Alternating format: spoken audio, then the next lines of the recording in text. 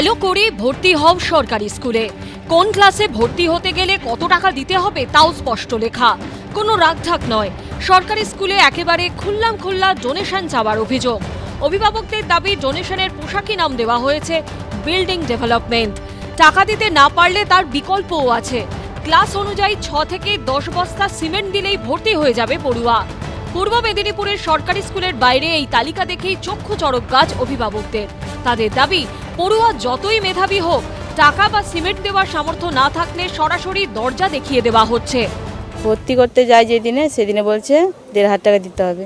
তখন বলছে আমরা তত টাকা দিতে পারবো না। আমি তখন বলছি, তখন স্যার বলছে না দিতে হবে, আর না দিলে বলছে 5 বস্তা সিমেন্ট দিতে হবে। আমি 5 বস্তা সিমেন্টের দাম তো অনেক।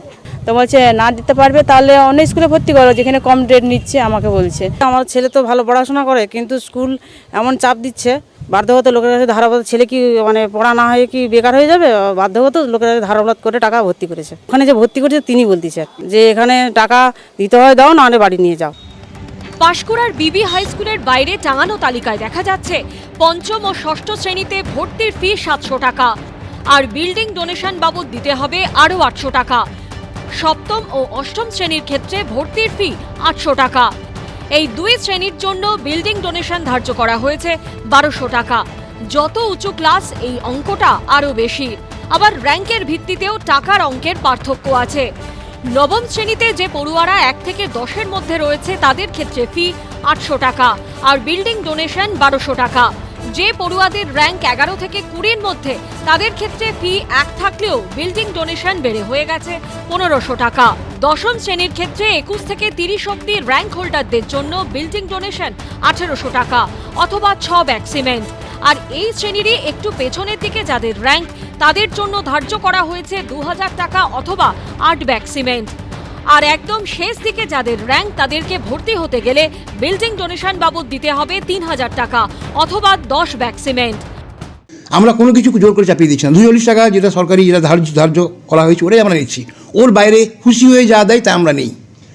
আমাদের নোটিশ বোর্ডে এই ধরনের কিছু দেওয়া হয় না। এখন খোলা পড়ে থাকে নোটিশ বোর্ড, এখানে কেউ হয়তো বাইরে কিছু করতে পারে, কোনো রকমভাবে একটা চক্রান্ত হতে পারে। এটা আমরা কিন্তু গুরুত্ব দিতে চাইছি না।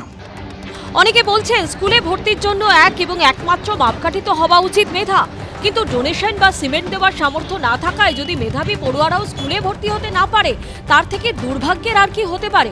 এই নিয়ে শুরু হয়েছে রাজনৈতিক চাপানোতর।